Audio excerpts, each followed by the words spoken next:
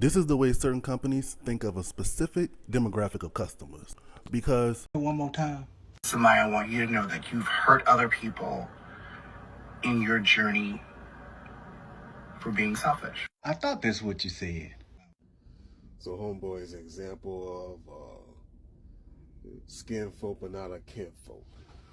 A long-winded waste of time. All it says is they got the one token HR person to go ahead and make a video on their behalf to try to mitigate the backlash. So this illustrates a perfect example of the very opposite of solidarity. The beauty supply stores are on TikTok and they are watching. Okay, let me tell you, yesterday I went to the beauty supply store. Hey y'all, welcome back. So the Ebin versus black women boycotting is just getting out of control. And guess who is mad? So this is an update from the previous video that I made. Now, Ebin, I waited on you. I gave you more than enough time.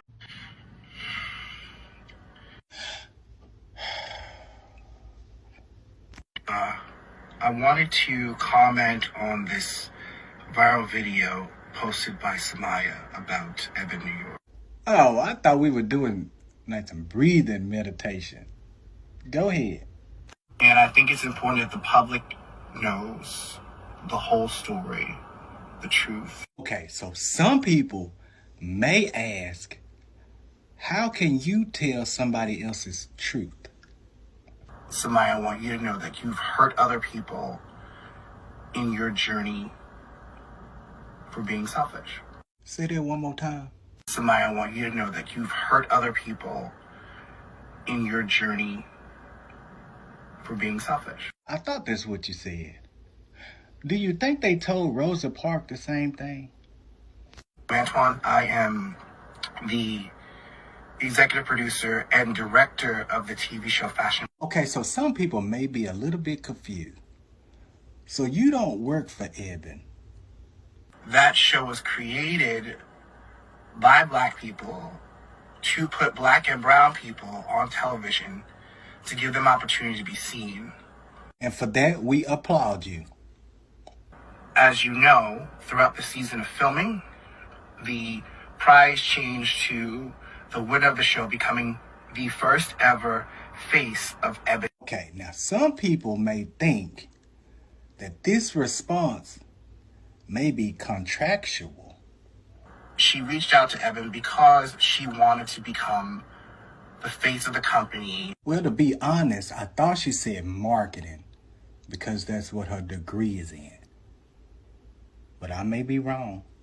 Her ulterior motives were to be the face of the company. And I know for certain. Okay, so we see that this is personal, so we're going to step out of it. But some people may have one last question. Why is the company not speaking out? And just like that, Ebin New York was canceled. And if you guys didn't know, Ebin New York is a hairspray brand, but they also do edge control. And it's really popular in the black community for women who install wigs. Now this is Maya, and she does a 4-part story, which I'm going to tag below, about how she worked for this company that was 90 to 95% Korean run, and how when she arrived to work every day, they basically ostracized her for being the only black person there. People in general, listen up, because I was treated so horribly, guys. Like, I would go to the bathroom every day at work and cry. It was to the point where I just couldn't take it anymore. That's how bad it was. So I initially seen a job posting on LinkedIn for being their content creator, basically like the face of the brand. Just do like a quick couple of videos for them. So the HR lady, the company's very small. If they like, the company is like 80 people or whatever. So there was only one HR person at the time. And this lady, she reached out to me on LinkedIn and she was like, oh, can you come in for an interview?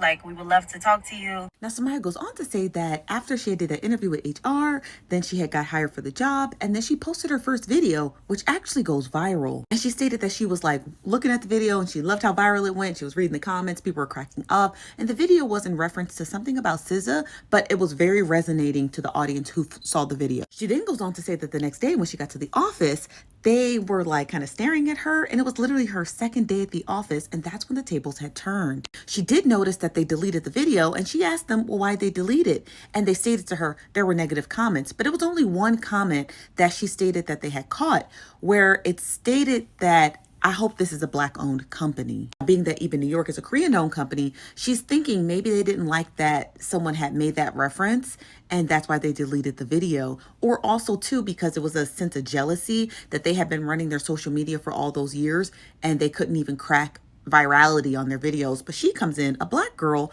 her first day, and boom, viral. Now Samaya goes on to explain that after her viral video had got deleted, that's when the tables had turned, and they started to micromanage her on her team, telling her that she needed to write down her day-to-day activities hour by hour. And in this example, she shows you this is what she had saw her other co-workers posting, just like, okay, Wednesday they did some daily sales reports, emails, that's really it. And then Samaya said, but for her, she needed to write down minute by minute, hour by hour, a detailed account of what she was doing, because again, the micromanaging was crazy. Now in her part 3 or part 4 of her story time, she stated that she had a brand trip to go to Atlanta to shoot some content. She finds out that she's the only one who goes there, and they put her in this rinky-dink motel. And at that point, she realized, oh, they were trying to, now my life is at risk, because now you don't even care about where I'm staying, what neighborhood I'm staying in, especially when you're in Atlanta as a Black woman by yourself in a foreign city that you know nothing about. Now, y'all, that's just the tip of the iceberg, because I had to go look up this company, and I went to Glassdoor to see what other ex-employees said about the company. And somebody said it's super Koreanized. Now, there's nothing wrong with any company being super anythingized, but specifically this review I thought was interesting. Now, this person who wrote this review about the cons, they said it's a very traditional Korean mindset with strong emphasis on hierarchy.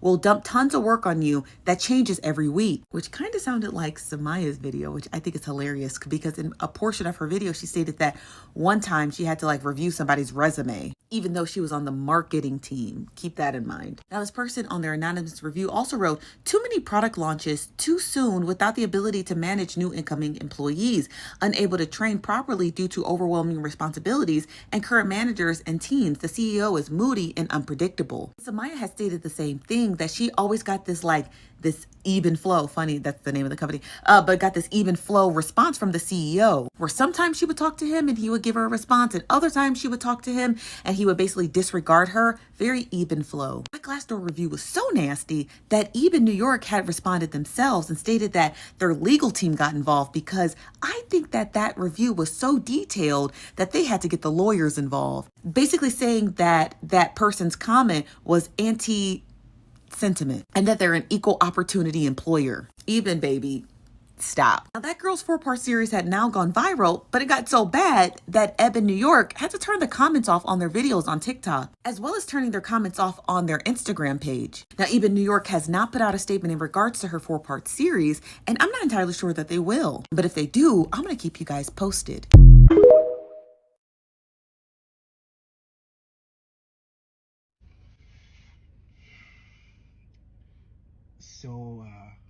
So this illustrates a perfect example of the very opposite of solidarity.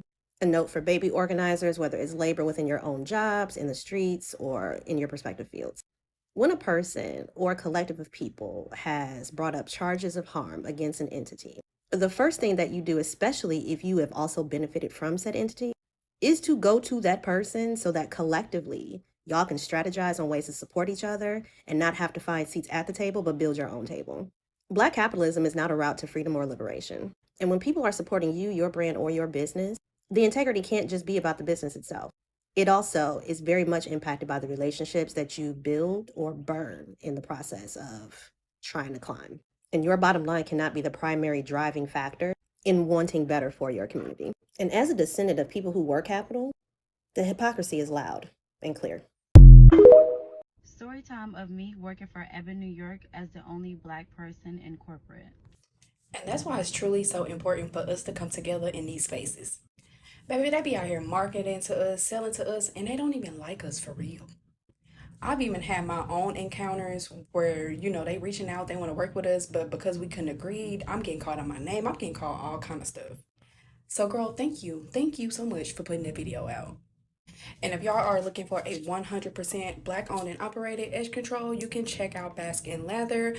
Do your own research, of course. But yeah, I'm so glad she posted it because Ebin, however, whatever your name is, you're going to the trash. I'm throwing the edge control. Look, right here. Yeah, you going to the trash. Goodbye. I'm not throwing away my Ebin edge control. Throwing away a product that you already spent your hard-earned money on, it's not the flex that you guys think it is. But would I be repurchasing? Absolutely not. I'm here for the boycott, but at the same time, as a black consumer, we gotta start standing on business a little bit more when it comes to the products that we buy. The fact that Ebin was able to play in our face like that for this many years is crazy to me. They do not value us, they do not respect us, but ironically, they know our worth when it comes to the beauty market. Their target audience because we are the #1 consumer. They know we purchase the most products out of every other race, and why wouldn't we be? We're the ones setting the trends after all. A lot of these brands are owned by Asians and bullheaded white men. We eat it up every single time. Meanwhile, somebody like Beyonce, who's a black woman, gotta come on a video and show her scalp and prove that her hair is down to her ass crack just for us to trust her and her products. Honestly, we are our biggest enemies sometimes. This is why keeping the black dollar within the black community is so important. Now, Ebin,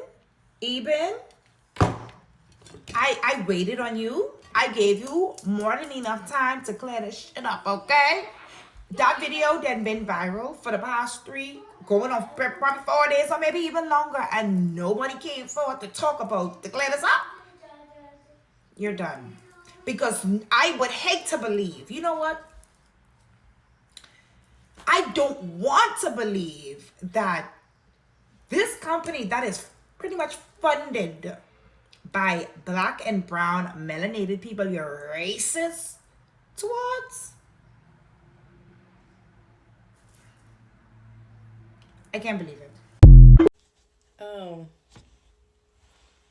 Who gonna let her know? Who gonna tell me? Because when I say I be chilling hard, y'all, I be chilling way too hard, okay? Stay to myself. I'll be in my own little world, me and my kids. So inform me. Like, no, what's tea? Because this is ridiculous.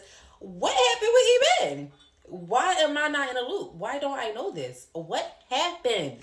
I'm all down for the squad. I save my coins. And if I can't use Ebin, like, what's the next best thing? But what's tea, for real? Because I have no clue. They don't want our money. They just want to starve us out. This actually makes so much sense to me now because I remember in 2020, I was actively seeking out black-owned beauty supply stores. And I think I found like 2. And that's saying a lot because I'm in the metro Atlanta area, baby. We should have more than that. But you know, one of them was a little bit too far from me and the other one just didn't carry as many products. And then the products that they did have, they were a bit higher priced. So I see how they're smoking us out for sure. Now, as much as it pains me, I will be boycotting Ebin as soon as I get to the end of my container. Okay, we about halfway right now, and that gives y'all plenty of time to curate these lists of replacements because I need a replacement as soon as I'm done. And I know y'all like to tussle about boycotts like, oh, throw it out. If you have money to throw out products that you already purchased for a boycott, do it. You do it. I'm going to use the rest of my product, okay?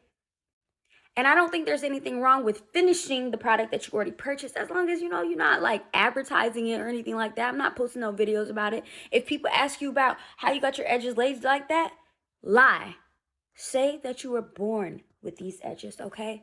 Say God did it for the sake of the boycott. Also, it sounded to me like there's levels to this stuff, right? It sounded to me like we actually need to be doing more of a General Millsy boycott, high level, where we're boycotting the non-black beauty supply stores until the suppliers start supplying the black-owned beauty supply stores with products. That way, we can buy products from our people until we get enough product made by our people so that we can then buy products from our people by our people, okay? Let's get it together. And you know, I'm not an expert in this area, so someone, maybe like the woman that I stitch, should organize this because I'm ready. I'm ready, okay? It's April, but it's still Black History Month for me, okay? I just saw a video from a black creator detailing her horrific and racist work experience at a Korean company called Ebin, which exclusively caters to Black women with hair products. And her video is linked below in the description for this video. And here is your PSA as someone who has worked for many, many, many Korean corporations. Don't do it. Don't do it. It doesn't matter what ethnicity you are. These companies are some of the most toxic places I have had the displeasure of dealing with, and I am still dealing with the trauma of my own termination last August. So if you're new here, I used to work for the only Korean car brand, and I was also wrongfully terminated, but I have not had the time or energy to bring a wrongful termination suit because I am still in the middle of a divorce and I have all these other legal issues going on, so I just do not have it in me to fight against a large corporation. But let me go into why these places are toxic. First and foremost, I am not going to excuse the racism because I saw it at my own company. One of the VPs was a Black woman, and things that people would say about her in Korean, not overtly racist, but very, very stereotypical. And in hindsight, I really wish I had gone to HR about it, except, here's the problem. HR was also full of Koreans and or Korean Americans, Koreans in the diaspora, right? It has something to do with the competitive culture and how that has become so toxic, whether that company is in Korea, where I worked, or here in the US, where I also worked. And it's the same story every single time. Koreans have bullying down to an art. That's what happened to me at my company. Because you are expected to conform, if you stick out, whether in appearance, in quote-unquote attitude, when you speak up about things that you feel should be talked about, but all of the executives don't, then you are singled out. And it's, like I said, it's still traumatic for me to even think about it. To this day, I have nightmares after working there for 3 years, which I only literally did because the paycheck was good. But it's been almost a full year since that experience, and my last day there gives me nightmares. I still can't remember the full day without having a panic attack over how that happened. But here's an example. My entire team of like 5 or 6 people would go out for coffee breaks, which it doesn't sound like a big deal, right? Except I was the only person left out of these breaks, blatantly. I was at my desk and they would just walk by. No greeting, nothing, ignored. Like I didn't exist, like I wasn't there. And they would all come back with a coffee in their hands, laughing, etc. It wasn't the point of getting a free coffee, it's the fact that you know you are being left out and it's not something that you did wrong. Like, which is why it was wrongful termination, right? I did not do a thing that merited me being fired. Like the story that I just saw of the creator, I was never trained properly. I had 1 day of training and they knew my background was not in finance. They knew that when they hired me. And I had 1 day of training, no training materials. There was no operations manual, nothing, because it was a new team, and that was the excuse. I was quote unquote given a chance to scale up, except without training, it's really difficult. And my manager at the time, if I asked him the same question twice with time in between, like he taught me something last week, but I wanted to clarify this week, then I would get criticized for not remembering. And mind you, they knew I was going through a divorce. They knew I took off weeks because of a domestic violence situation. So, you know, maybe I was going through trauma, but that doesn't matter to Korean corporate. To Korean corporate, your personal life should stay your personal life, and you are expected to be a professional robot with no feelings and no problems outside of work. And this is not a unique experience. I had the same thing happen at the many companies I worked at in Korea, and it was a large part of why I left, because after small companies like 10 employees up to 300, 400, etc., it didn't matter. It was the working culture itself. It was how people handled being in corporations.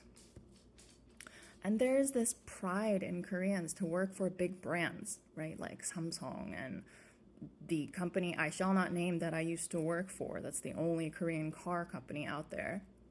Like, they want to maintain their spot, so it's in their best interest to ostracize anyone that's rocking the boat.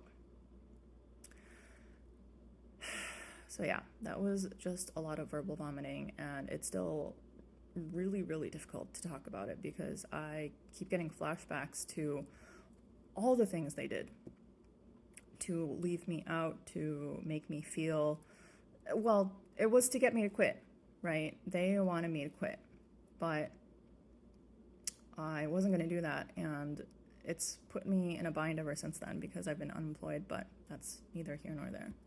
So yeah, again, do not work for Korean companies, especially if you value your mental health. That paycheck, I promise you, I really promise you, it's not worth the hassle. Legitimately, unless you are a specific type of Korean, one that is used to being amongst conforming Koreans, like you used to be a churchgoer, okay, because Korean churches are like this too, then you'll fit in fine. You'll probably be the only person that fits in fine. Otherwise, if you are anyone else that isn't that type of person, like I said, it's not worth it. The money is not worth it because you will get so many other problems in return. And yeah, the racism is a large part of it. Korean companies do not know how to behave in the US or Korea, regardless of who their employees are. Everyone's treated like shit. So, again, don't do it. Work for anywhere else. And the beauty supply stores are on TikTok and they are watching. Okay, let me tell you, yesterday I went to the beauty supply store because I'm doing my hair this weekend and I need to pick up a few supplies. So I always go to this beauty supply store and they are fairly nice. Like, the customer service is usually good. They're decent because I'm not giving my money to any establishment that makes me feel uncomfortable. I have been to beauty supply stores where I felt like the attitude was just very unnecessary and it was an uncomfortable experience. So I'm not going back. But this beauty supply, I go to them all the time. It's close to where I work, so it's convenient. But yesterday I went in there, and when I tell you the level of customer service has risen to above Chick-fil-A level of customer service. They were so nice and like helpful. Like it made me uncomfortable a little bit, even though they are very nice. And it's just the level of customer service that I got and the way that they were just so nice and like extremely pleasant. And I had went to another beauty supply because I was looking for something else that they didn't have. And once again, the customer service is through the roof, and the level of politeness, like the lady bagged my stuff and walked it around the counter. Okay, she was like complimenting me. Like it was scary. But that just goes to say they are watching, they are paying attention, and they do not want to lose our business. They do not want to lose that money because they are aware, especially on this app. Once the collective says that we're boycotting, they know that it's really finna hurt. They know it's going to hurt. So they are trying to combat it on the front lines. And while I ain't mad at it, they watching. That's all I'm saying. They're watching.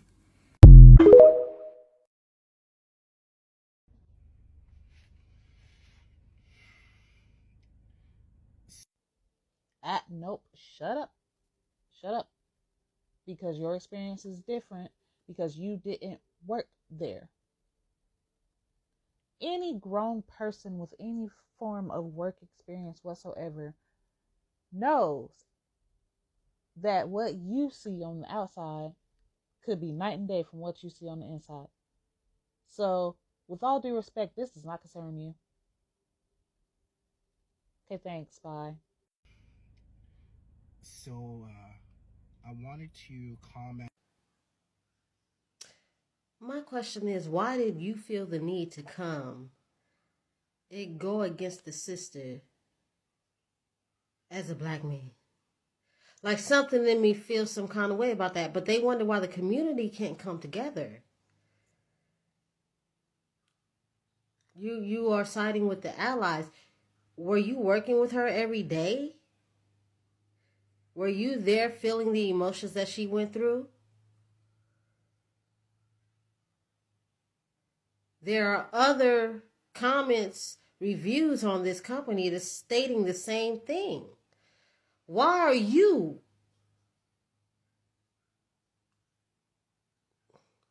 You need some attention. I get it. So, I wanted to comment on. Let me go and stop you right there. First off, we don't give a fuck. Second off, we don't give a fuck.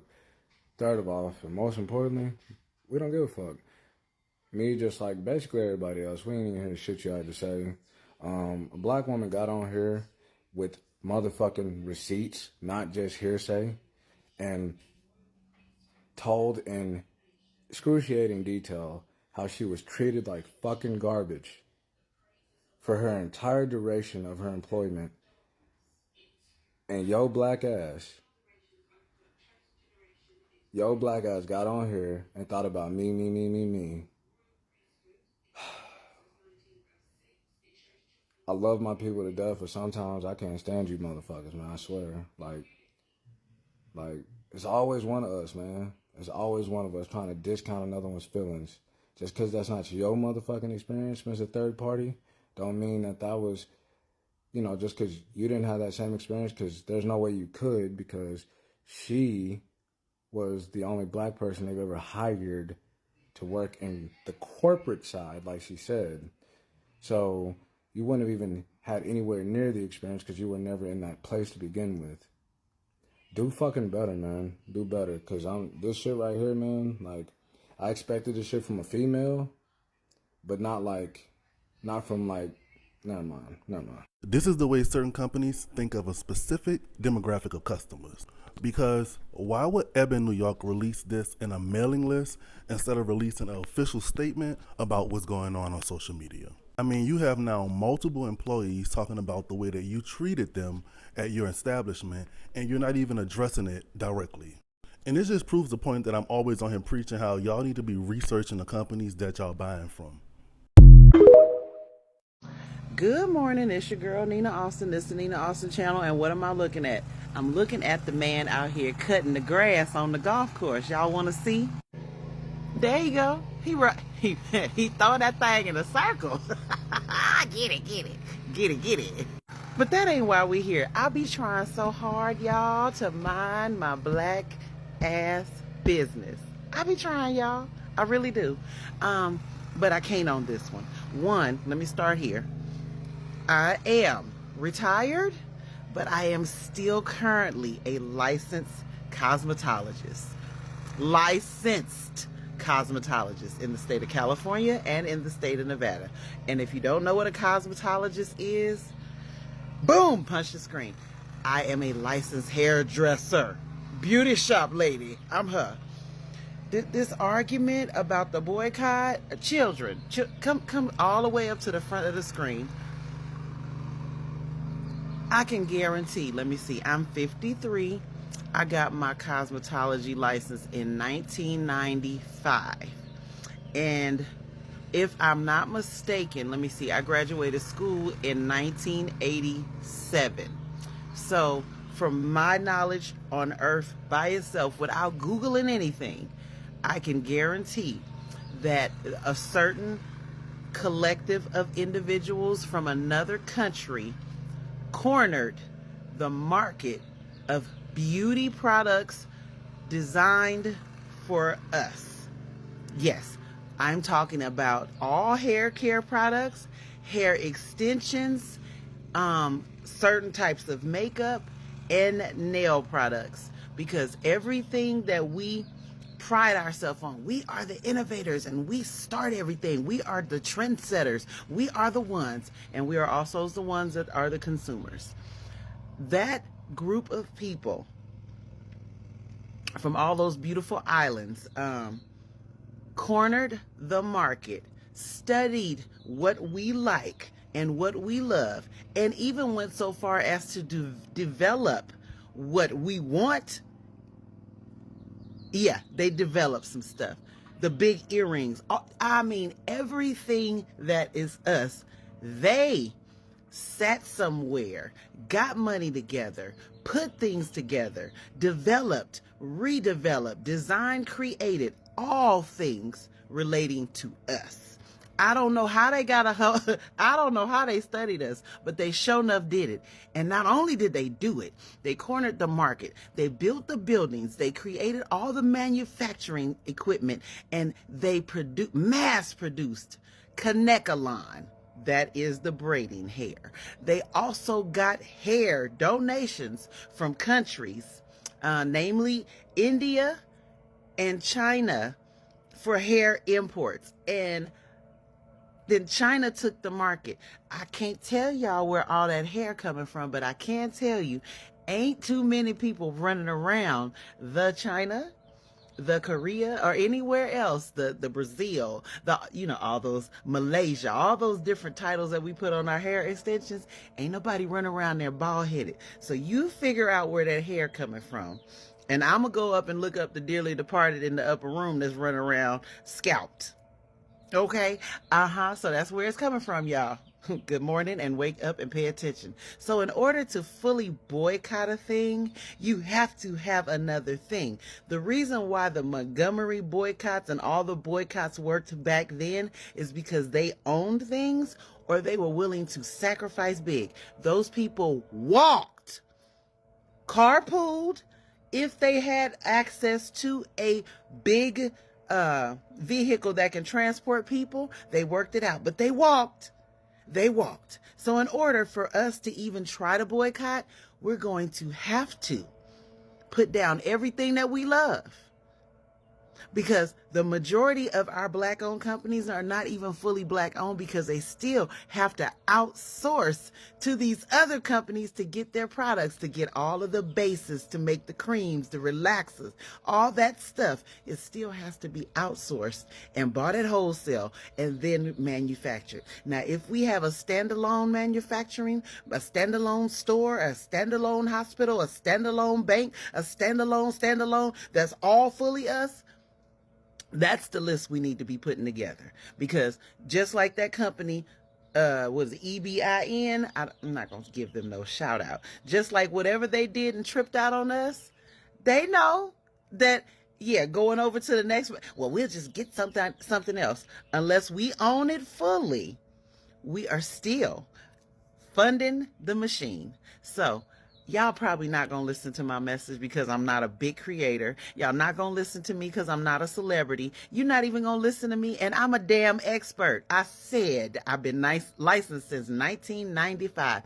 Oh, y'all not going to listen to me because I'm not a celebrity hairstylist. Well, I hope y'all listen to me because I'm right here with it. And I know what the heck I'm talking about. And we keep on bumping our gums about boycott. Okay. Can we get together and put our money together so we can collectively make something so that when we boycott, we ain't all the way out? Or else we're going to have to sacrifice. And all of us going to have to go around clean face, no hair, no nail. Yeah, I got to come up out my nails if I'm going to participate, even though I buy directly from the manufacturer of the products. I buy from them, and I do my own nails because I had a manicuring license before I was a hairstylist. So while everybody I love when people come on my lives and be trying to troll me about my nail. Yeah, I press those. No, baby, these OG acrylics, and I do them myself. So yeah, but does that make me better? No, because I'm paying into the machine too. So unless we about to run around natural, we better come up with a different plan, because we naturally talking loud and saying nothing once again. That's what we doing. Okay, y'all? So I know I'm not gonna make a big difference to many of y'all, because y'all love to hear yourself talk. I don't love to hear myself talk, but I do love to hear myself tell y'all the real. So we can keep on talking. We gonna boycott, and they gonna keep on laughing all the way to the bank. And excuse my coffee mouth, because it's coffee time, y'all. It's coffee time in the morning, and since I can't play my music on my page like I like to, this the coffee run. Tell me this: do I need to throw my blue magic away? Absolutely yes, and let me explain. Now, I completely understand that Blue Magic is a staple in the Black community, but however, at the end of the day, companies like Blue Magic, Do Grow, Got to Be Glue, etc., they're not Black owned. And because they're not Black owned, it's high time more than ever that the Black community stands in solidarity when it comes to placing the Black dollar back into the Black community.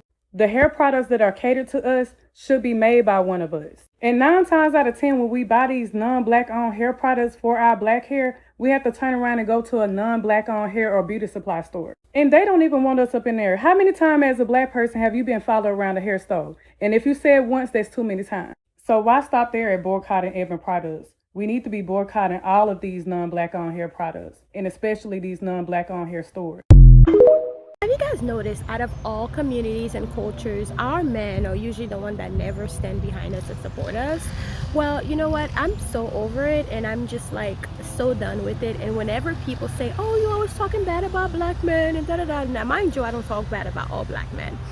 But whenever I talk a certain way about Black men, people will get upset. But are you watching what's going on? Are you seeing what's going on? These people, they're not for us. They have never been for us from back in the days up until now. You know, they don't support the community of women that basically create them, right? They don't support us enough to really care for them that much.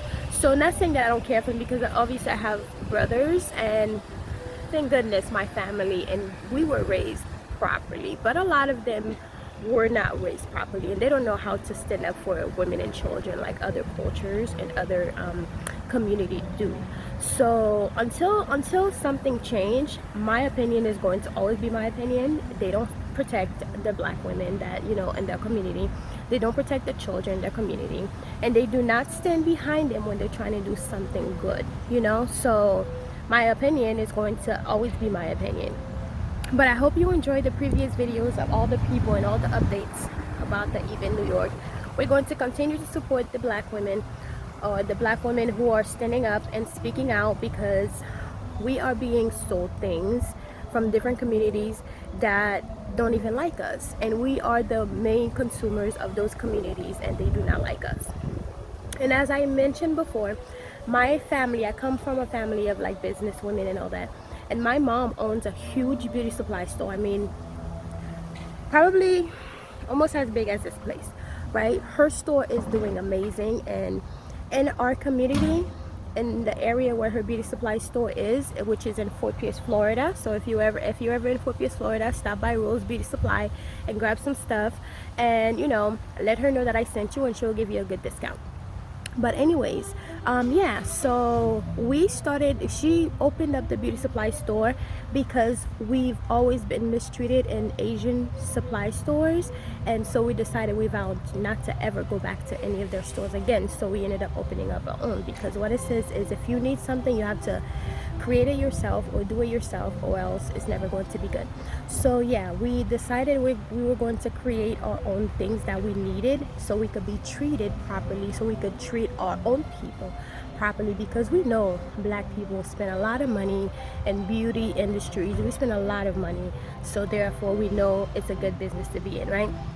But like I was saying, Black men do not support Black women, and this is like I've tried to really, you know, give them the benefit of the doubt, but every single time they let us down.